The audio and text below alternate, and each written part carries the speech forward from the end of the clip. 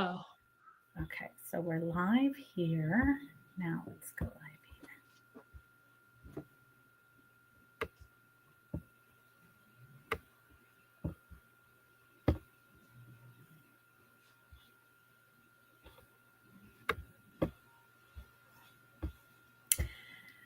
Hello, everybody. Welcome to another episode of the Trust Your Gut podcast. I am your hostess, Hannah Ruhamah, the Kombucha Mamma, and I am so excited to be here today with Divya Gupta from Functional Holistic Nutrition. You know, one of the cornerstones of our health is our gut health. And so we're going to yeah. talk to Divya today all about her journey from Silicon Valley to functional holistic nutritionist and everything in between. So welcome, Divya. So glad to have you here today. Same here. Thank you so much for having me, Hannah. And by the way, I love the name Hannah. It just rolls so easily off the tongue. And it's Friday. I'm so excited to be here and with everyone in the community to talk all about the gut. It's one of my favorite topics to talk about, and that's how my healing journey started. And that's what now I love helping people restore their gut health and restore their life. So excited to dive in. Yay. Yeah. So tell us a little bit about your journey. So as I mentioned, you started out in Silicon Valley. How did you end up getting into nutrition? Oh my God. If I look back, I wouldn't have even dreamt of that I'll be doing what I'm doing today. I'm a very typical Indian immigrant. So I studied computer science engineering, no surprise. And then came to the US, on a very typical path for my grad school. And after grad school, living the American dream, the white picket fence, everything. I started working in corporate America. That's what I went to school for, right? And I worked for a top four consulting firm. Then I moved to Silicon Valley, all the startups here that I'm surrounded with, and climbing the corporate ladder. And everything is going perfectly as planned, right? Why would I leave all that and do this? But like for most of us who are in this space, it starts with our own journey, our own health struggles, or we have watched somebody really close to us go through something that really changes us and have an impact. And for me, I had both. I had my own health that I was dealing with, and I watched my mom go through her health struggles. So that really helped me. Like, I need to do something. If not, I'm following her footsteps. So like just a couple of 2 minutes just to I won't get into all the details, but while I was still in India in my undergrad, when I was 20 years old, my gallbladder was taken out. So because I was dealing with really out of nowhere, I'm seemingly healthy 20-year-old, nothing ever, no symptoms that I thought something was wrong. It's so long ago. That was 2 decades ago, so I don't remember. But I started having these pains, and it just intensified every night. And I've been through labor pain twice, and one very recently, like 6 weeks ago. So I would still take labor pains over the gallbladder attacks that I was having. It was that intense. The intensity increased every night. Once, trying to figure it out, finally go to the doctor. Long story short, they figured out it was gallstones. A part of me gave me some relief. Okay, at least we know what it is, though I didn't know what a gallbladder is or what it did at that point. And the solution given to me, like a lot of people still get it 20 years later, the only solution the conventional system gives you is we can take it out. You can live without a gallbladder. Okay, sounds good. I want to be out of pain. Get me out of this pain. So my gallbladder was taken out, and you're young. I recovered. I came to the US. Everything is going well. And again, Ivy League school, all the stress, different food, and then a few years later, around 24, I get diagnosed with Hashimoto's thyroid. It's an autoimmune condition. Now I know the connection between the liver, gallbladder, and the thyroid, but at that point I didn't. And when I got my diagnosis, my mom, who also had a gallbladder removed, who also had Hashimoto's, was diagnosed with rheumatoid arthritis. And honestly, Hannah, they don't teach this in school, or but I'm like, something doesn't sound right, because I was just given the prescription. Here's Hashimoto's, you have hypothyroidism because of it, and here is Synthroid. Off you go. No lifestyle, no diet. What can I do to change? Nothing. So, but when I saw my mom, like, okay, I'm going through her path, somehow I connected the dots, like I'm going through the same path as her, much sooner than her. And if I don't change anything, I'm going to end up like her. And I didn't like that, because if anyone knows about rheumatoid arthritis or any kind of arthritis, it's not fun. It's, your life changes. You're like, you're just living in a bubble. Like every little thing could flare. You can get a flare up. So that's when I started my journey of, okay, what can I do? What can I change? I was, traveling a ton for work, eating out all the time. So I'm like, okay, the one thing I can control is the food I eat. And I started there. Let me control. And nobody was talking about gut health. What is gut health? Like 15 years ago, 17 years ago, we didn't. I didn't know you. I know you've been around for 2 decades, but we didn't. Social media didn't exist. YouTube isn't what it was. But I started to do my own research. Okay, let me change the food I eat. And during that time, going dairy free and gluten free was a new fad. So I'm like, let me try that. And I'm like, wow, I didn't realize I was bloated all the time because, once you just get used to living a certain way. And once I took those out, even just for a week, and I'm like, I don't have a pooch, like a little pouch, like, oh my, even though I wasn't overweight, but, and that's what, really kickstarted. Okay, what's more? What do I need? What else can I do? What else can I change? And I just went down the rabbit hole of reading everything I could, understanding it. And not everyone goes through this, but I was just fascinated by the human body and how it did and how I felt. And why isn't anyone talking about it? Why aren't people talking about it? Why aren't doctors talking about it? But never in a million years, honestly, Anna, I thought I would just, quit my Silicon Valley job. It was very secure, right? You're secure, you're getting your 6-figure paycheck to start a business, go this route. It's not easy. Somebody can call me foolish or whatever it was. I was foolish, fearless, but I just knew something had to change because I went back to school to study nutrition. Then I became a restorative wellness practitioner. Now, having those clinical tools, because you can change diet and lifestyle, you can get a lot of results, but I knew there was another layer, to get to optimal health. And long story short, here I am today. And I'm so glad, universe took its path, to force me to do this. Hey, 3 years ago, I'm like, that's it. I can't wait any longer. I need to like fully focus on my practice and help people heal, because people are still sick. People still don't know they have Hashimoto's or autoimmune condition, how it's gut related. Like, I was like, enough is enough. Yeah, absolutely. Well, and to be honest, I don't know that I know so much about the gallbladder or how it interacts with all of these systems. So why don't we dive in a little bit into that relationship and sort of what you uncovered through your own health journey? Oh, absolutely. Oh, it's one of my favorite topics to talk about. So, you would think, okay, for your thyroid, I'll give like a 50,000-foot view for what is the thyroid and what it does for people listening. Like, for somebody's like, I don't know what it does, or they've heard about it. But your thyroid is your butterfly shaped organ. It sits right at the base of your neck. And the hormones it produces, it controls every function in the body. Not control, it has a role to play. It has a role to play in every function in your body, whether it's your metabolism, whether it's fertility, whether it's digestion, your mood, being able to maintain your body temperature. It has a role to play. And every cell in our body has a receptor for a thyroid hormone. So we have like trillions of cells. So there is a receptor for a thyroid hormone in all throughout the body. So, and what happens is, in very conventional system, the only test, you may be familiar, you might have gotten this test if you go to your conventional doctor, only TSH, which is the only test the conventional system is testing to see if you have a thyroid issue or not. But that's not even a thyroid hormone. That's actually brain. It's the signal that your brain pituitary is sending to the thyroid, hey, produce some hormone. As we know, our brain is a command center that sends signal across the different organs, hey, you need to do this, and there's a feedback loop. So people are not getting fully tested, and the standard ranges are quite wide, right? We know that as long as you're between 0.4 or even 0.3 to 4.5, you are normal. But we know for optimal thyroid function, for TSH should be between 1 and 2. So again, there's so many people who are listening, go take a look at your test results. And if you're not within that optimal range, you may have subclinical hypothyroidism, which you could feel the symptoms. What are the symptoms of hypothyroidism? Hypothyroidism means your thyroid hormones are underfunctioning. Hypo, underfunctioning. So, right. And your symptoms are, weight gain is the number one, because your thyroid hormone controls your metabolism and how much, calories you're burning even at rest. So weight gain is number one. Fatigue is another one, very common.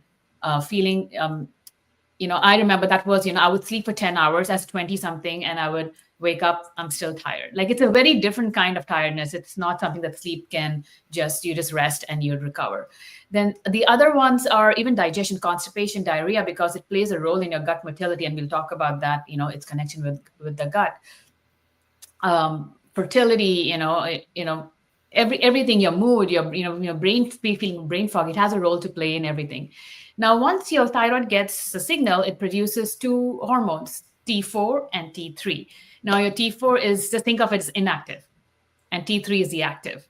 So Okay. so that's what it makes. T4 is inactive, T3 is active, and it produces some T3. And when I was talking about every cell has a receptor for the thyroid hormone, it's for the T3 hormone, not for T4. So our body is very, very smart. It is intelligent. It does that for a reason, because as the body requires, the body will be able to convert the T4 into T3 to do whatever it needs to do. So, and where does the conversion happen?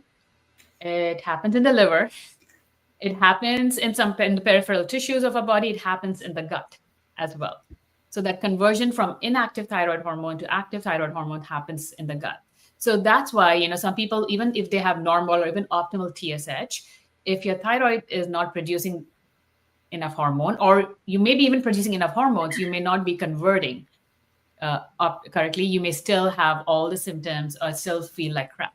So that's why we need to get full like testing and take a look at the whole gamut, like 6 tests I talk about, and how you're feeling. But that's one. So going back, I just wanted to give that overview introduction to everyone so that makes sense. So when it comes to the liver and gallbladder, your thyroid and the liver are also have a symbiotic relationship. They're communicating to each other.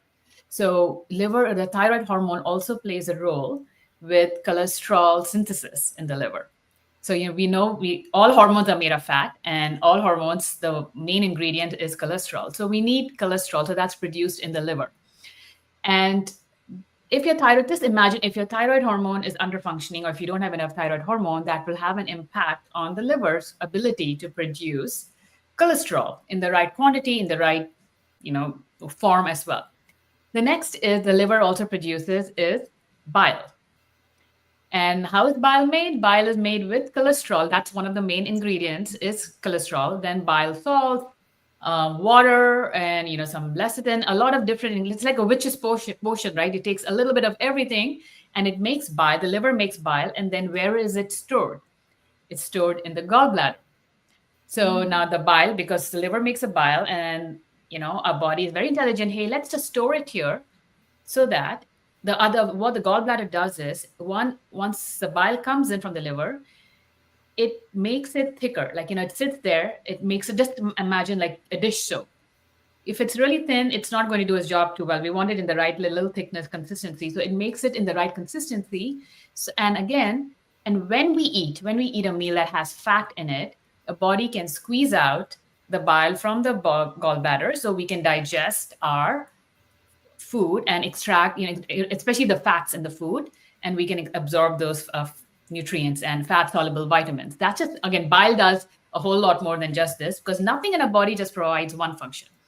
A body is like multifaceted. So that's super, super interesting, right? So now this thyroid, liver, and gallbladder axis, right? So if you have underfunctioning thyroid, it will have a direct impact on your cholesterol. Then just imagine if your cholesterol is too thick, that's forming, your bile will have more cholesterol, more thick. It doesn't, it's like, the recipe is off. It's Right. too thick. And then when it goes into the gallbladder, it's sitting there, it's more thick. Most gallbladder stones that people find are cholesterol based, because it has more cholesterol and none of the other ingredients in the right quantity. And the other piece where the thyroid hormone is, we talk about, I mentioned that your gallbladder squeezes out the bile when you eat a food, right? It takes energy for the body to squeeze it out. And what does a thyroid hormone help with? Is energy as well, right? Not just the physical energy. We think of energy, when everyone talks about physical energy, the ability to get out of bed, go on a hike, do all the activities, but your body requires energy to function. Your heart requires energy to function. Your digestion, even if you're not doing anything, we are breathing, our heart's functioning, our digestion is working. So even the act of squeezing out the bile from the gallbladder requires energy. Now, if you have low thyroid hormone, not enough T3, So even your TSH is normal, your T4 is normal, but you're not converting. Your gallbladder is lethargic, sluggish. Now it's not squeezing out the bile appropriately into the small intestine. Now the bile starts backing up. It Mm. gets sludgy, and then eventually it forms stones. So, Okay, so gallstones is actually an early indicator of the thyroid not functioning properly, either the oh, thyroid and or the liver. absolutely. You got it. You're so smart. Perfect. So exactly. So that's why, when at 20, when my gallbladder was, taken out, it had stones. If a doctor looked at, hey, why? Mm. Going upstream. Was it my liver or was it my my thyroid had started to underfunction? Because by the time it showed up in the test results, it took another 4 to 5 years by, hey, your hypothyroidism. If it had happened, maybe I would not have gotten to a Hashimoto's diagnosis or hypothyroidism. It could have been turned around. But you know what? Everything happens for a reason. I wouldn't have been here if I had not gone through that experience. So that's okay. But now, if everyone listening, if you have gallstones or if you have gallbladder attacks issues, start looking at your thyroid. That could be, and your liver. What's going on with the liver? So again, there's a lot more, but yeah, your thyroid is connected with every organ in the body too. Well, and that, I mean, like you're saying, everything's connected. There's a relationship to everything. Of course, I'm going to bring in kombucha and fermented foods because one of Mhm. the acids in kombucha, glucuronic acid specifically, bonds to Mhm. toxic molecules in the liver and helps to escort them out of the Mhm. body. And so, when it comes to metabolic function and helping with all of that, kombucha and likely other fermented foods is one of the things that definitely can help support that. And so, um, if you're someone who's struggling with some of these issues, starting to add in fermented foods can really help. Mhm. And you did mention that where you went to first to deal with your hypothyroidism was to your diet. So, what types of changes did you make in order to help support your body? Yeah. So again, I got the autoimmune. Hashimoto's is an autoimmune condition that I was said I have hypothyroidism. For everyone listening, if you have an autoimmune condition, it's a gut related issue. It's not my thyroid. It's yes, those antibodies eventually started attacking my thyroid gland, and I that led to tissue damage and hypothyroidism. But it's your gut related issue. So if you are out there thinking that your synthroid is going to reduce your antibodies, no. Newsflash, no, it's not going to do anything for your antibodies. It's just replacing the hormone. Mm. So yeah, when I started, back, I did not know about the gut or how I'm doing, but where I started first was taking out gluten and dairy. Those were the first changes I made, and gluten is everywhere. And I was traveling a lot, so I was eating out, and I was a vegetarian at that point. So my diet was very gluten heavy, a lot of dairy, a lot of sandwiches and cheese. So just taking out those two foods, and especially if you have Hashimoto's, those are the two biggest culprits. It increases inflammation, and also with especially with gluten, the protein molecule in gluten is very, very molecularly similar to our thyroid tissue. So the Mm. antibodies, when you eat gluten, mistake, because our antibodies, they are very smart. They start attacking, our immune system starts attacking these antibodies, but they're blind. They're just going after the shape, right? So then when those gluten, gliadin, that's a protein, looks very similar to a thyroid tissue, it will start attacking the thyroid. So that's why Hashimoto's leads to hypothyroidism. And other autoimmune conditions attacks different, like in rheumatoid arthritis, it's all of your joints, right? It's attacking. So those are the foods that I added. But again, I didn't know I was doing it at that point, but then getting in really whole foods, right? And fruits and vegetable, trying to eat clean, because we know a lot of conventional products have toxins That's in the it. There's pesticides in it that can really disrupt your gut microbiome. And, you know, the glyphosate in gluten also is as also an antibiotic. That's how it started. So just making these small changes. And, was I consistent at that point? No, because I didn't know what I was doing. I was just trying, experimenting. But that's where I started feeling the change. And then I'm like, okay, when I bring these foods back, I'm again back to normal. I need to take it out. And, as over the years, then definitely, gut became such a huge focus. And it's not about just popping in probiotics, right? It's not, yes, it's helpful, right kinds, it can be helpful, but at the same time, what does your diet look like to ensure that you are, constantly inoculating, introducing the right kind of bacteria to your system. Because back in the hunter and gatherers day, or back in the day, they were pickling their food, they're preserving their food, they were getting access, they were not washing everything, they were getting access to these beneficial bacteria naturally now.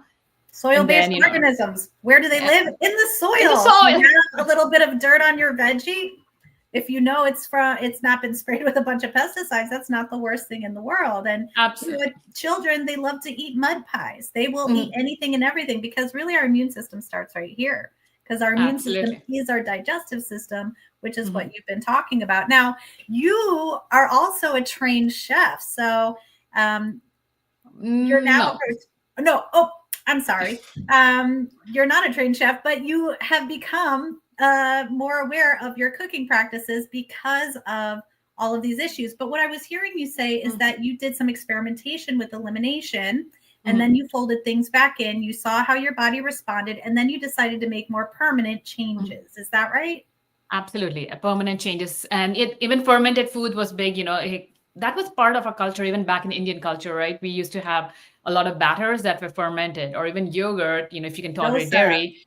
Dosas. I'm so glad you know, but I love dosas. Those are fermented batters, right? So and a lot of Asian cultures, you have the kimchis or the pickled sauerkraut. If you look back, most of the cultures had this, and we have just so moved away from that, and you're into the fast food and quick and easy.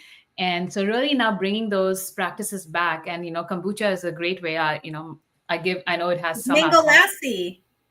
Mango, like yogurt, like drink in the summer. It doesn't have to be sweet, right? Even we used to have a lot of savory, like just a little bit of salt, and even ginger in it, and we make a lassi out of it. So it's so delicious in the Indian summers, which are really hot. And and over the years, as kombucha started becoming more available, I would rather have that than a glass of wine, because at least I'm doing some good. I'm enjoying the company. I don't feel out of place, and I'll enjoy kombucha. And again, making sure the sugar in it. Some of the brands have a ton of sugar in it, so that's one thing I say everyone to keep an eye out. But I love kombuchas. I give it to my son too, and it has alcohol a bit, so just a little bit. I'm like, you can enjoy it, get some good bacteria in. Well, and just to speak to that ever so slightly before we dive back into more of your story, is that, those trace amounts of alcohol are actually a preservative, because what is alcohol? It's antimicrobial. And so it's protecting these fermented foods and drinks, and all of them have it. In fact, it's what the yeast create in order to keep other molds and different things from invading this very delicious, nutrient-rich substrate, no matter if that's cabbage for sauerkraut or tea for kombucha or whatever it might be. And so, those trace amounts of alcohol are there in a matrix of other nutrients, organic acids, B vitamins. And so they don't have the same impact on the body. Now, I'm not saying you might not feel a little euphoria from maybe those B vitamins in living form. But absolutely, those are, and so limiting it for certain people can be beneficial. That said, many people will give it to their children without ill effects. And so it's finding that balance that really fits for you, because our philosophy here at Kombucha Camp, and the name of the show is Trust Your Gut, meaning you have to find those feedback loops that make the most sense. And what I love about your journey is you were starting to close those feedback loops, that you were starting to make those observations. And so good advice to anybody who's feeling they might have some of these symptoms is start to try to eliminate some of these foods. Now, the hard part is your body and your microbiome have become adjusted to consuming some of these foods. And so at first it can feel really challenging. Oh my gosh, to let go of my gluten. Oh my gosh, to let go of my dairy, until you start to see, you know what, I am feeling better. I am thinking clearer. I am doing things in a way that feels more alive and connected. And part of that is, like we've talked about before, the glyphosate. They're spraying the wheat here in the United States, because many people who travel outside the US, they'll go to Europe, say, and they can eat all the Italian pasta and pizza they want without getting that little belly that happens as a result. And part of that is because of how our wheat is treated.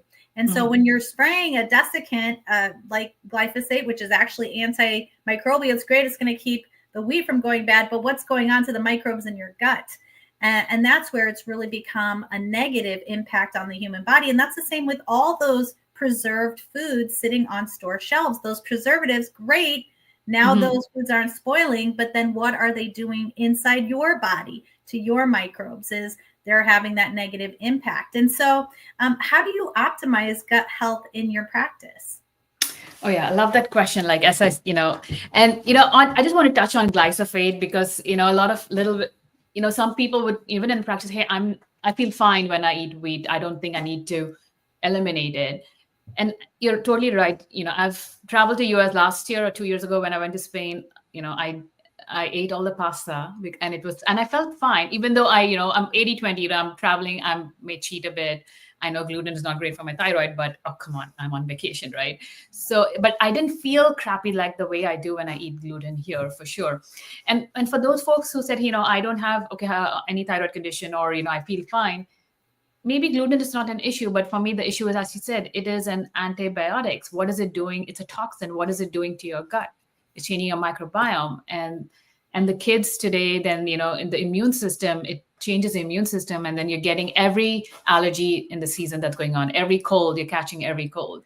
So think about it. And again, that's a whole episode I was listening to about glyphosate, how it started by the company. It was actually for a whole another purpose during the world wars they were using it for, and then later they're like, it kills weed. Oh, I wonder we can use it to sell it to all the farmers, agriculture to have. So there's a story for everyone who's really want to go down that rabbit hole like I did.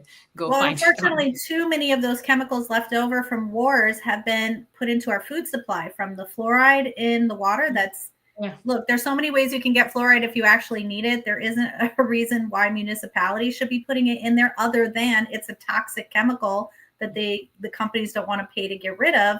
And so they came up with this idea if you dilute it down, it's going to be fine. Well, what we've now come to understand, and this is an issue that at Kombucha Camp we talked about decades ago, right? But it's exciting to see that the rest of the world is catching up to what you and I have discovered on our own, which is when we end up in toxic overload, our body simply can't respond. And I don't want to rush over.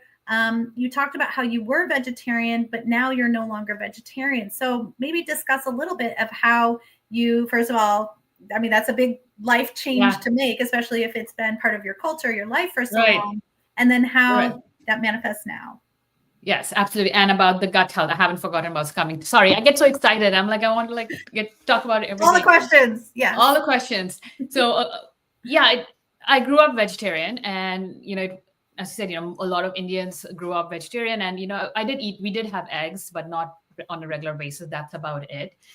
And honestly, I was one of the biggest a flag bearer of, you can do everything with plant protein. We don't need animal protein. I really truly believe that. And, you can get all your protein from the lentils, from tofu and so again, no hate again for people. I was one of you. And I really believe that. And I tasted meat. I was always curious, why do people like meat? What is it? I was always curious. I'll try it. So I always tasted it and never really liked the taste of it. So I'm like, I don't get it, and I don't think I need it. But you learn and you do better. Once you know better, you do better. So during my training, as I'm learning through my process and through my own health journey, now the topic of protein has come up, right? You need the amount of protein you need. It's not just, it's for muscle tissue repair. And as you grow older, you need more protein. For the muscle protein synthesis. When you're younger, a little bit of protein will, start that process. As I understood, how much protein one needs, and as I took a stock of what I was eating and how much protein I was getting, it is so damn hard on a vegetarian diet to get, even 60, 70 grams of protein in. And, I want to train my body to take in 100. I started doing strength training. I need more protein. And not just that, it was hard. Or you have to be very judicious about ensuring you have the right variety, right? Again, amino acids, there are 9 essential amino acids that we need, and some of them are not found in plant-based sources. They are only in animal-based sources. So, okay, now I've taken out dairy out of my diet, which is for a vegetarian. If you're a vegetarian, that's one of your main protein sources. Now I've taken dairy out. Now what? I'm left with lentils and beans. And how many lentils and beans can I eat to get the amount of protein that I need? But lentils and beans, they're great. I love eating, having them as part of my diet. They provide a lot of fiber, a lot of B vitamins. But they also have a ton of carbs, right? So I can't eat 8 cups or 9 cups of beans and then I'll be bloated. Like, if your digestion's up, then people are like, oh, I don't digest beans or legumes. I don't feel good, right? Again, grains have a similar issue to wheat too, with they're sprayed with a ton of different stuff as well, even if you get organic. So that's what motivated me. I'm like, okay, I need to start incorporating animal protein. And, once I understood that, and I started, it's been 2 or 3 years, very recent, but I started slow.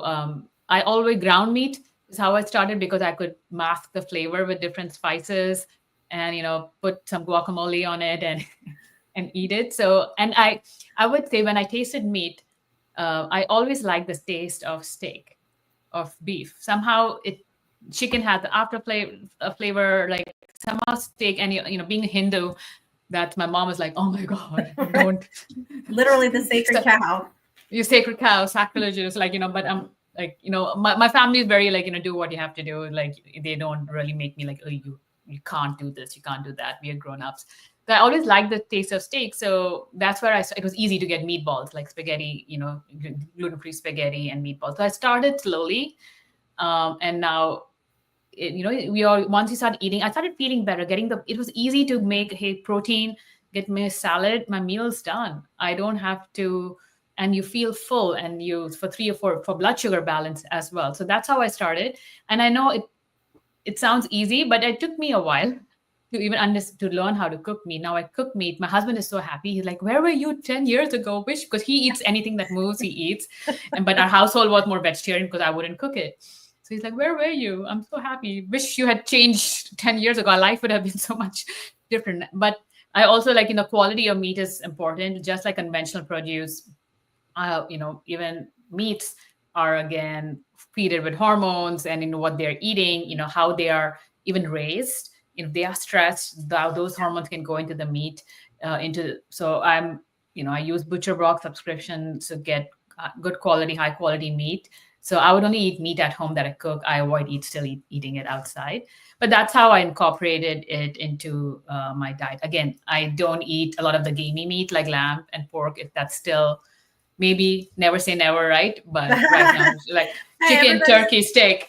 Exactly. Everybody's got their something. But well, and we'll get to optimizing gut health in your practice, but obviously it's got to do with food. And so making these different choices. But like you're saying, once you wake up to what's going on with the food and how much of it is tainted, it is so hard to go out to eat. I have to tell you, at least affordably. Right. And so we cook so much at home. And while I never fancied myself a cook, I started out microwaving stuff and, ramen. And I grew up with canned foods, lots of canned foods growing up. And I have completely changed how I cook and how much meat we eat. And sourcing is always really important for that.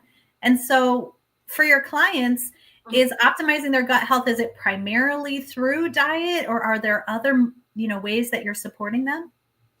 Oh yeah. So there's, again, as like our body, nothing works in isolation. Similarly, as we get started on a healing journey, diet plays a huge role, but it's not everything. That's how, I got into getting home.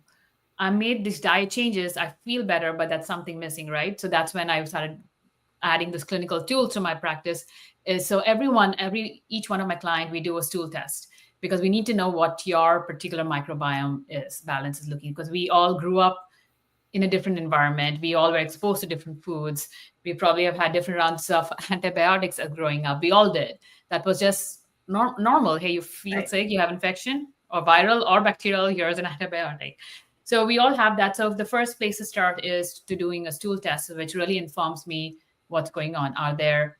Again, I've never seen even mine wasn't perfect, but the goal is not perfection or clean, but if there is inflammatory bacteria going on, if there is, overgrowth of bacteria that is impacting digestion, inflammatory markers, enzymes markers, if there is parasite growing. So it just getting understanding of that. That's the first place we start.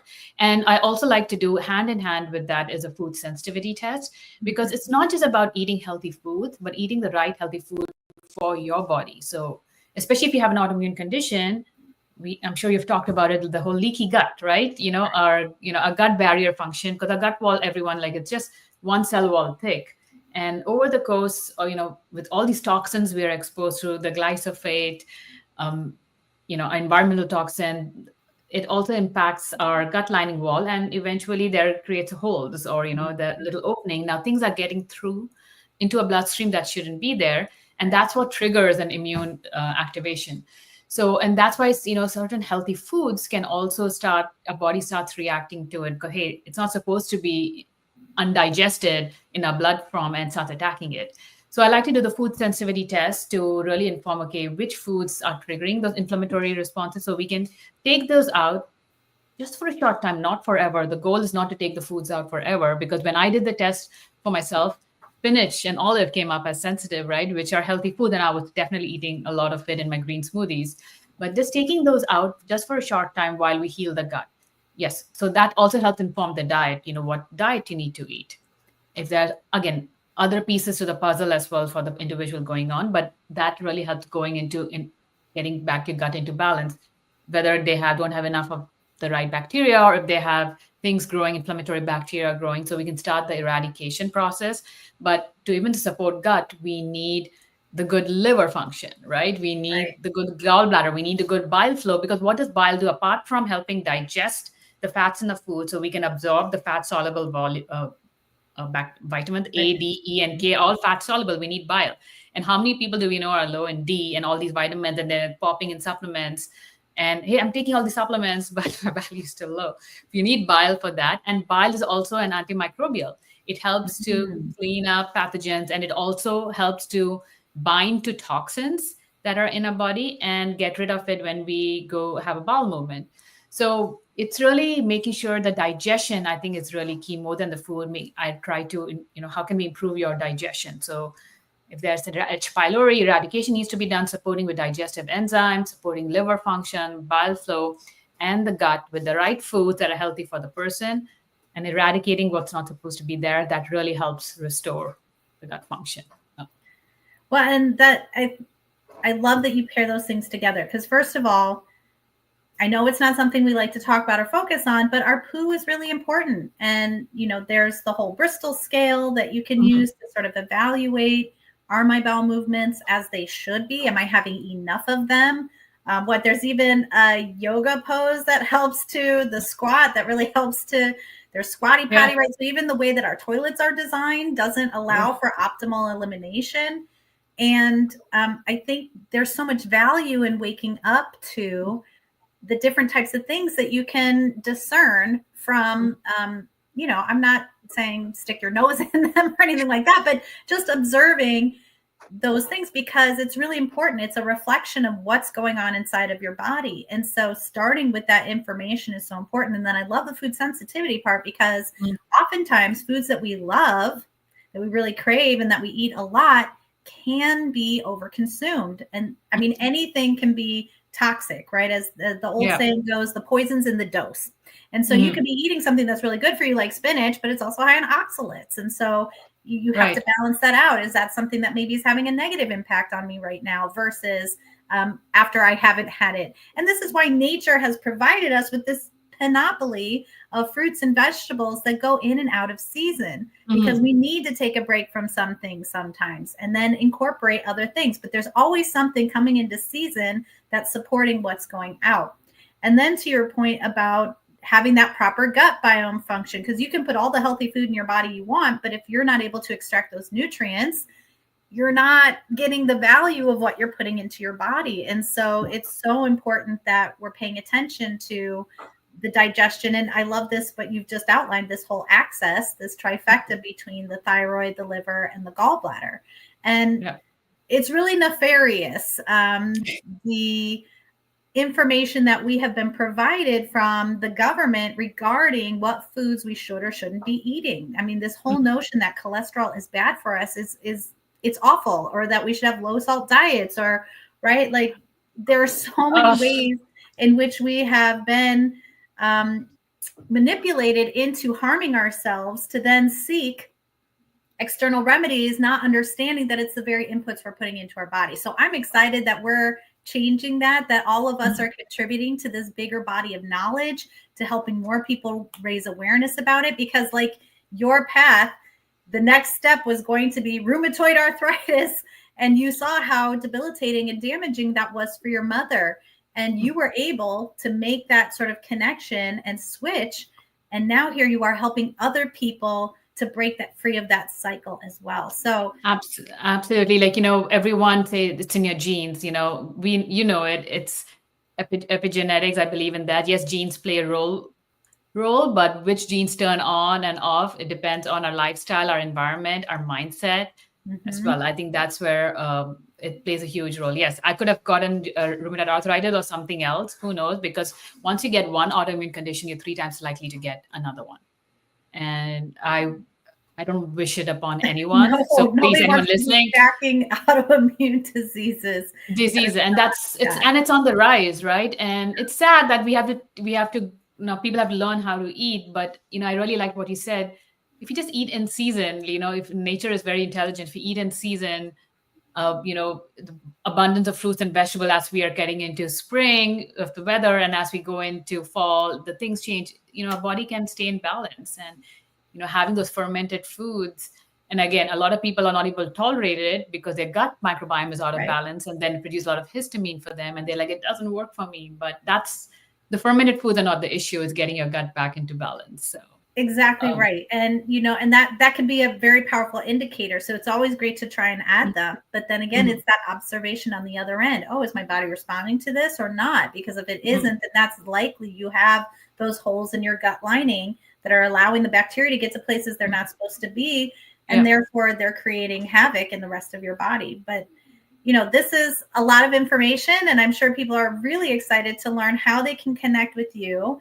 And I know that you're also offering a comprehensive hypothyroidism guide along with a 50-minute session. So we're really excited to offer the 50-minute session. There's only one of those, so we're going to do a giveaway on that. But the man has arrived. But tell us a little bit more. Where can we find you? Where can we find out more about your work? How can we work with you? How can people learn more? Absolutely. So if you're watching me on Instagram, go ahead and follow. I'm quite active on Instagram. I share a lot over there. So you can DM me there. And there is a link if you're interested in learning how to work with me or just curious about what's going on. There's also a link to just set up a complimentary 30-minute call with me on my Instagram, or you can go to my website, divyagupta.net. And that's where you can also get access to the free guide Hannah just mentioned, a comprehensive, hypothyroidism symptoms and lab guide. So at the top of the session, maybe people who join late, the symptoms of hypothyroidism can vary, right? Because it has a role to play in every organ in the body. So the way it manifests for you could be different. For me, biggest was joint and muscle aches. For somebody else could be weight gain. For somebody else is fatigue. So I list a bunch of I could have created a whole book of how it manifests different symptoms of what you could be feeling. So it's not just aging, or it's not just I'm getting older, I'm feeling this. It could be a thyroid. And then the labs guide, we said conventional system will just check TSH to say, hey, whether you have a thyroid issue or not. But we know that, as I listed, the T4, the T3, that's reverse T3, the antibodies. So I've listed those labs. Again, the optimal values and what they mean, because I want everyone to become the CEO of your own body. Your doctors don't know, or even when I work with clients, I tell them, you know your body your best. You live in it. I don't. So, get to become the CEO of your body. Education is key. So grab that guide from my website. So that's where they can find me, or Instagram, or on Facebook. That's where they can come find me. And the 15-minute session that I've offered. Be the CEO of your own body. Nobody knows your body better than you do. 100%. That is absolutely accurate. And in fact, what I love about what you just said is it empowers everybody. Instead of feeling disempowered, oh, I don't feel good, I'm doing these tests with these doctors, I'm taking these pills, things stop working after a while, or they're not working as they should, or now I have this other issue to deal with.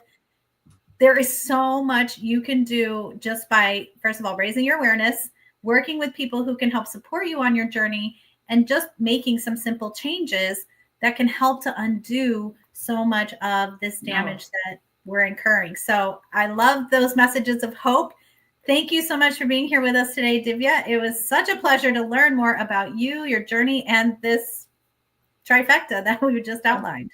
Oh, thank you so much for having me, Hannah, and for doing the work that you've been doing for decades. It's so important. And finally things you were talking about long time ago where people are like, what is she talking about now? Now they can all shut up. Well, now your husband can eat meat. Now my husband can eat You meat. cooked them. And yes. Change is good. Change is always happening. Well, thank you so Yes. much for being here. Really lovely to see you. We'll see you again soon. Same. See you again soon. Thank you. Take Bye. care. Bye.